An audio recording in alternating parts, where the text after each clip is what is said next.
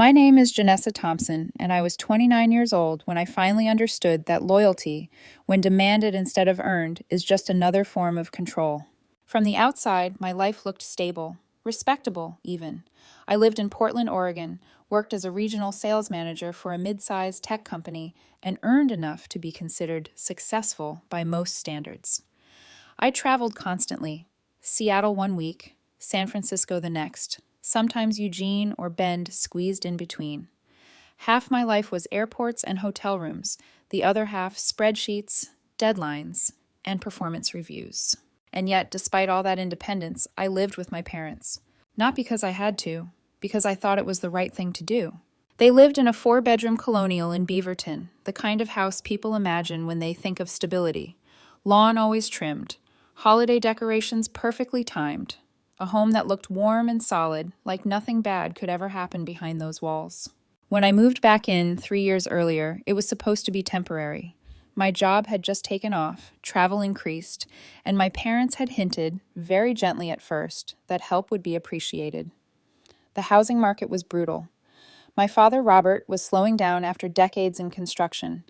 My mother, Linda, had perfected the art of sounding grateful and concerned at the same time. So I offered to help. I paid $1,800 a month. Rent, groceries, utilities, no lease, no paperwork, just a handshake and the unspoken understanding that I was being a good daughter. At least that's what I told myself. I lived in the finished basement apartment, 800 square feet, separate entrance, small kitchenette, just enough privacy to feel like an adult instead of a child who never quite left home. I furnished it myself, bought my own appliances, paid for upgrades, made it mine. What I didn't realize was that the money didn't buy me security. It bought me obligation. My parents had always had a different relationship with my brother Evan. Evan was 2 years younger than me and somehow always the center of gravity in our family. He married his college girlfriend, Amanda, landed what everyone called a real job in IT, and gave my parents twin grandsons, Caleb and Connor, before he turned 30. He was the golden boy. I was the reliable one. Growing up, it was subtle. Evan's mistakes were learning experiences. Mine were disappointments. His needs were urgent. Mine were optional. But I told myself it didn't matter. We were adults now. Things evened out with time, right? They didn't. When Evan landed his job at Nike, everyone celebrated. When I got promoted, the response was quieter. Polite. Proud, maybe, but never amazed. Evan's money was his. Mine somehow became communal. It started with hints. You're doing so well, sweetie. Mortgage rates are killing us. Your father isn't as strong as he used to be. I stepped up. I always did. And I never complained. That's important to understand, because people like to rewrite history later. For 3 years, I paid without being late once. I traveled constantly, but my rent stayed the same whether I was home or not. Evan visited with his family, ate dinners, used utilities, treated the house like a hotel. He never paid a dime. Then, one Tuesday in March, everything shifted. I came home late from Eugene, rain soaking through my blazer, heels clicking against the hardwood as I stepped inside. The smell of my mother's pot roast filled the house, warm and familiar, but the atmosphere felt tight. My parents were waiting in the living room. Not sitting casually, waiting. That was my first warning. Janessa, my mother began, folding her hands together, you know about Evan's situation. I nodded. Word traveled fast in our family. Budget cuts, layoffs. Nike had let him go. Tough break, my father added, adjusting his glasses, but he's got Amanda and the boys to think about. Of course he did. We've been talking, Mom continued, voice soft but resolved, and we think it makes the most sense for Evan's family to move back here for a while. I didn't object, not yet. Family helps family. But then I asked the question that changed everything. Where would they stay? The silence stretched. My mother glanced at my father. He cleared his throat. Well, the basement apartment would be perfect. My stomach dropped. That's where I live. Yes, Mom said gently, but you're hardly here, and the boys need space, you understand. I did understand. What I didn't understand was how easily they said it. And where do you expect me to go? I asked. Dad smiled, like this was already solved. We cleared out the craft room upstairs for you. It's cozy. Cozy.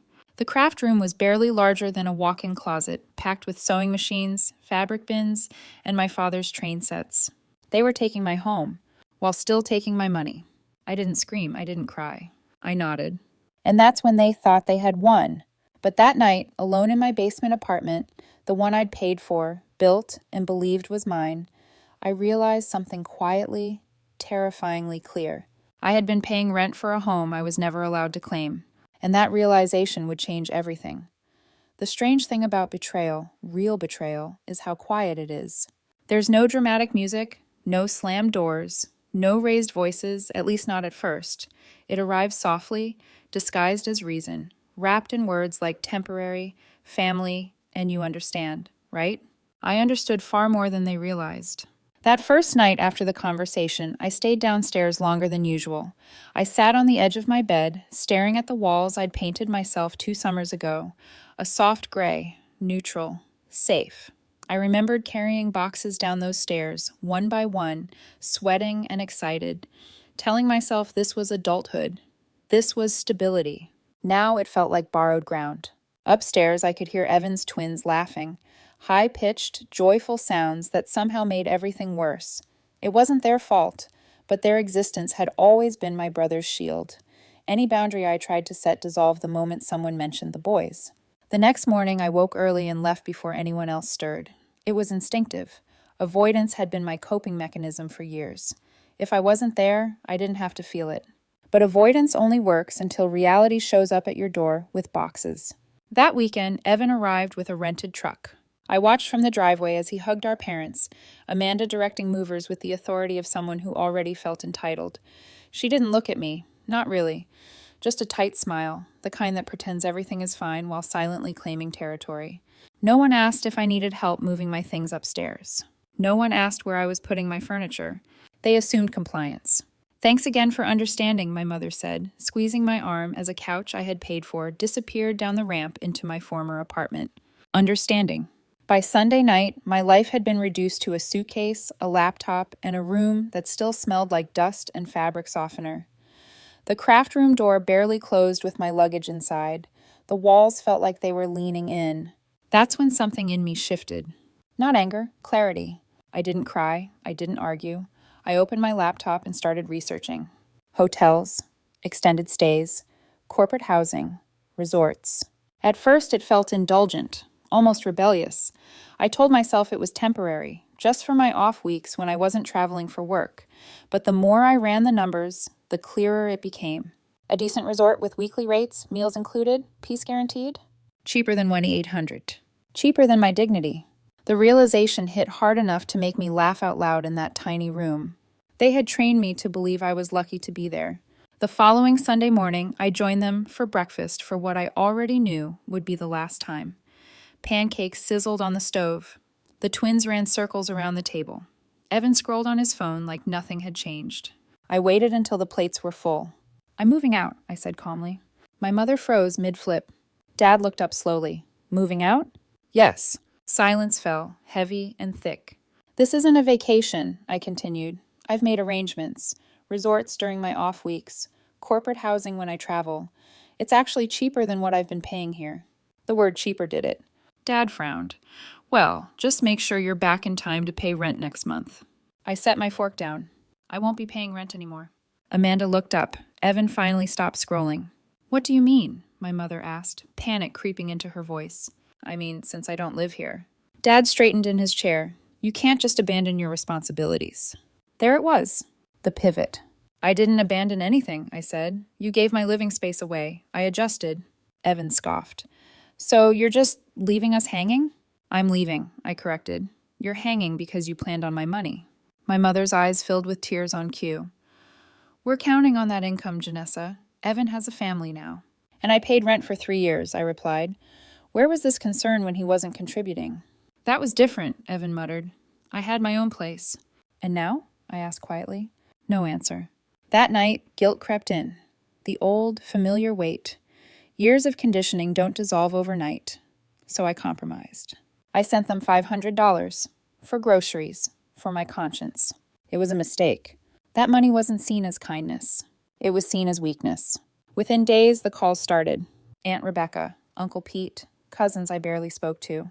Each conversation followed the same script. "You're tearing the family apart." Your parents are so stressed. You're young. You can handle more than Evan can. No one asked for my side. No one wanted facts. They wanted compliance. Then Evan escalated. The boys keep asking where you went, he texted. Amanda's crying every night. You're choosing money over family. I stared at the screen, heart pounding. Not from guilt this time, but disbelief. This was the same man who had accepted my space without question, who had never paid rent, who was now living in what I'd built. I didn't respond. Instead, I breathed for the first time in years. I walked beaches. I ate alone without tension. I slept without bracing myself for the next demand. But peace, I would learn, is something manipulative people take as a challenge. Because if they couldn't control where I lived, they would try to control everything else. I used to believe that once you set a boundary, people either respected it or disappeared. I was wrong. Some people treat boundaries like an insult, a challenge, proof that they need to push harder, dig deeper, and recruit more voices until you collapse under the weight of your own doubt. By the third week of living away from my parents' house, I realized something important. They weren't trying to understand me. They were trying to wear me down. The calls came daily now, sometimes polite, sometimes furious, sometimes cloaked in concern so thick it felt like suffocation. My mother left voicemails about migraines and sleepless nights. My father spoke of mortgage stress, his voice heavy with disappointment. Evan oscillated between anger and emotional blackmail, always anchoring his arguments in the twins. You don't know what you're doing to them, he texted one evening. I did know. I knew I was no longer teaching them that love meant sacrifice without limits. But that was a lesson no one in my family wanted learned. The extended family grew bolder. An aunt I hadn't seen in 5 years sent a message calling me cold. A cousin accused me of being selfish because I was career-focused. Someone else suggested therapy for my selfishness.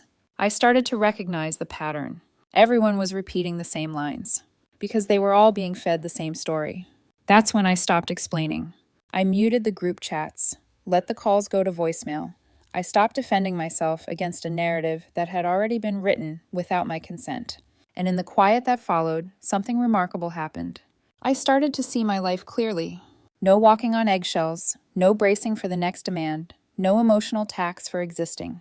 I was sitting on a balcony in Cannon Beach one evening, ocean air wrapping around me, when my phone buzzed again. Evan, think about Caleb and Connor, the message read. They ask why Aunt Janessa doesn't care anymore. I stared at the words, hands shaking, not from guilt, but rage. This wasn't about the kids.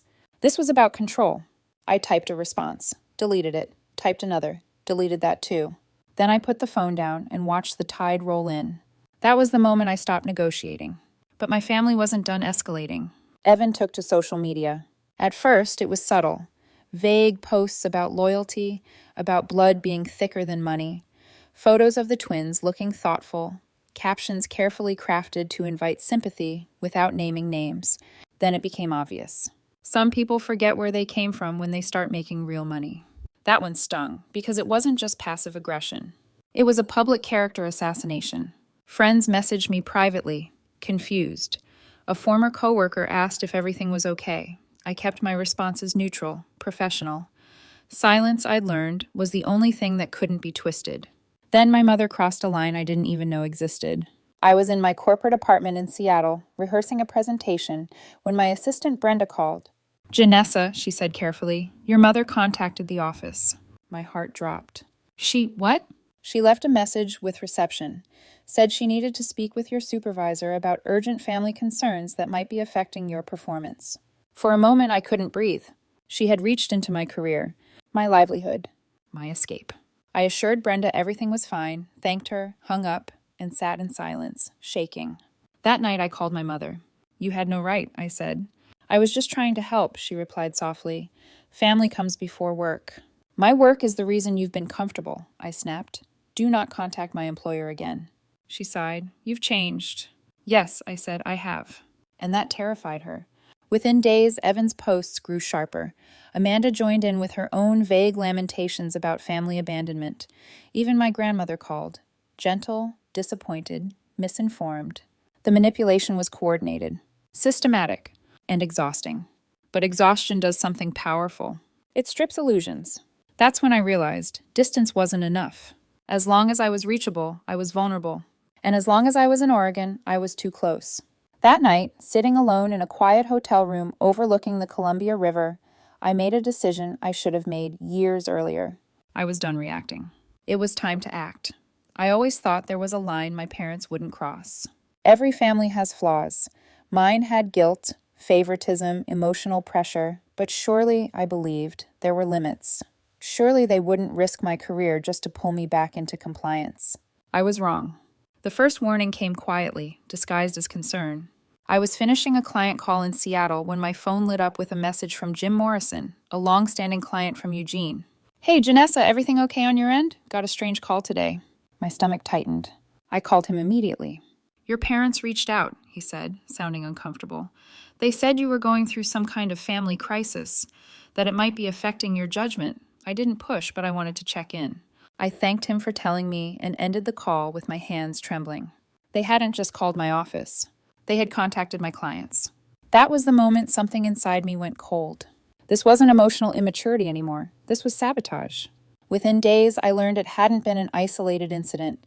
My parents had somehow obtained contact information from multiple professional connections, former coworkers, vendors, even someone I'd interviewed with months earlier. Always framed the same way.